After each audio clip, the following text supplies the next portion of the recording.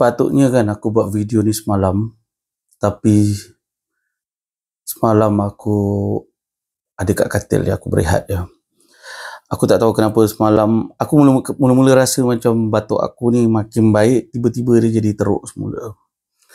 And aku dah tukar ubat. Semalam aku tukar ubat lagi selepas 1 minggu, and somehow aku rasa hari ni a bit better. Cuma ada dizzy sikit, but it's okay lah.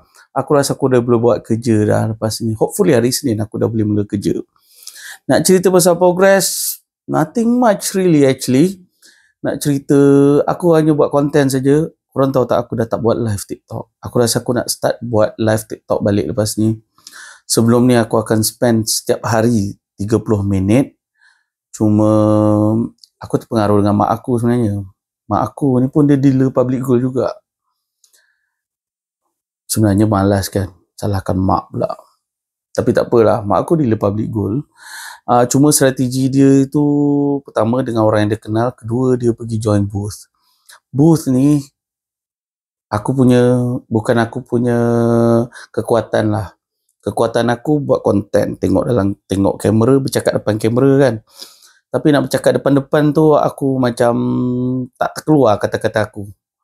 And jadi aku pun tengok mak aku punya pertambahan customer tu naik banyak lah. Baru ni pun dia cerita naik sampai 50.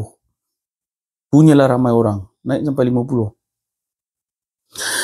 Jadi aku fikir maybe dalam tahun depan lah, Januari kan, aku pun nak pindah semua, and then aku akan join booth dengan dia ataupun dengan otai booth lain. I don't know.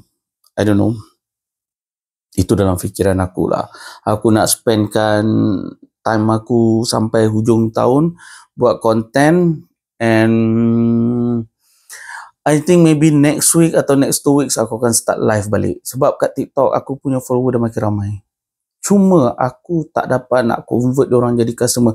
Adalah yang contact aku tapi tak close deal.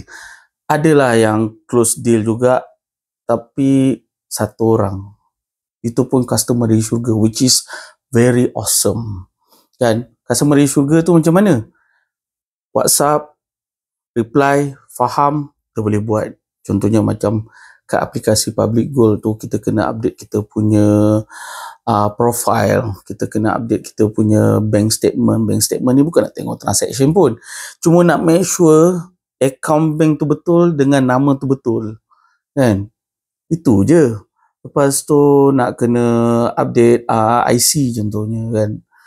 Supaya apa? Sebab korang tahu tak, akaun Public Goal ni, bila korang dah register, korang dah upload IC korang, hanya duit, bila korang jual, duit tu hanya transfer ke akaun yang nama dia sama dengan IC. Maknanya laki bini pun tak boleh tahu. Macam contohnya laki nak jual emas bini, lepas tu nak duit tu transfer ke akaun dia. Tak boleh. Bini pun tak boleh buat benda sama. Maknanya kalau laki dia, suami dia ada simpan emas, lepas tu bini nak jualkan dan duit tu masuk dalam akaun isteri pun tak boleh. Kena ikut dalam IC. So, customer dari syurga ni, bila dia ada masalah, dia cakap dengan aku explain, dia faham. Aku bagi screenshot, dia faham. Memanglah sangat memudahkan. And then, dia boleh buat belian tu sendiri. Dia cuma tanya, saya nak beli kat mana ya? Aku cuma bagi screenshot, aku tandakan dekat app tu.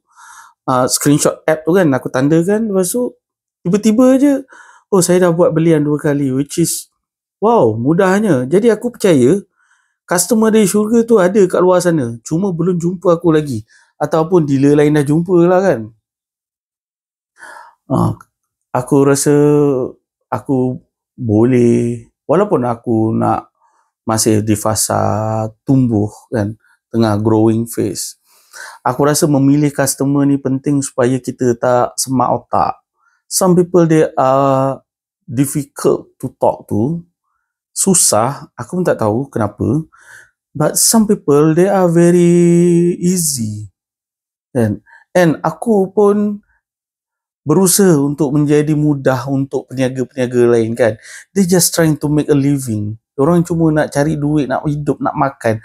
Kadang-kadang these people, diorang tak ada pun rasa nak cari duit berjuta pun. Tak ada. They just okay, dapat beli nasi, dapat bayar bil apa semua is good enough. Kenapa kita nak bagi hidup orang macam tu susah, betul tak? Jadi that's what I'm trying to do, dengan harapan aku akan jumpa orang macam tu juga. Cuma orang macam tu very rare lah kan, but it's awesome. Maknanya the amount is not zero, bukannya tak ada, langsung ada, cuma susah nak kena cari. It's very good aku jumpa orang macam tu di fasa growing kan. Jadi aku harap aku masih lagi buat konten, aku harap akan dapat lebih banyak prospek, lebih banyak aku boleh close, boleh tambah customer base aku. Sebab bila dah ramai, apa yang aku nak buat ialah aku akan buat group WhatsApp untuk aku update harga, bagi tips kan, ataupun aku punya idea lah, okay, yang nak membezakan antara aku dengan dealer lain. Aku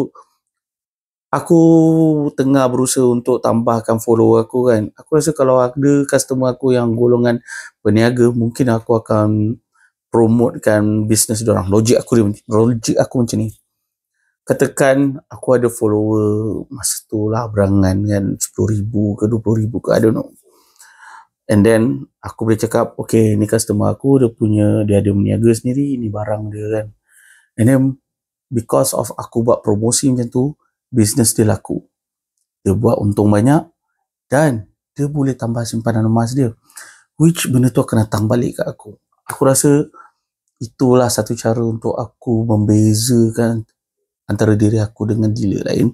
But I don't know, fasa sekarang ni masih growing, masih tambah followers untuk dapatkan social proof. Orang bayangkan satu account dengan 10 follower dengan satu account dengan 2,000 follower.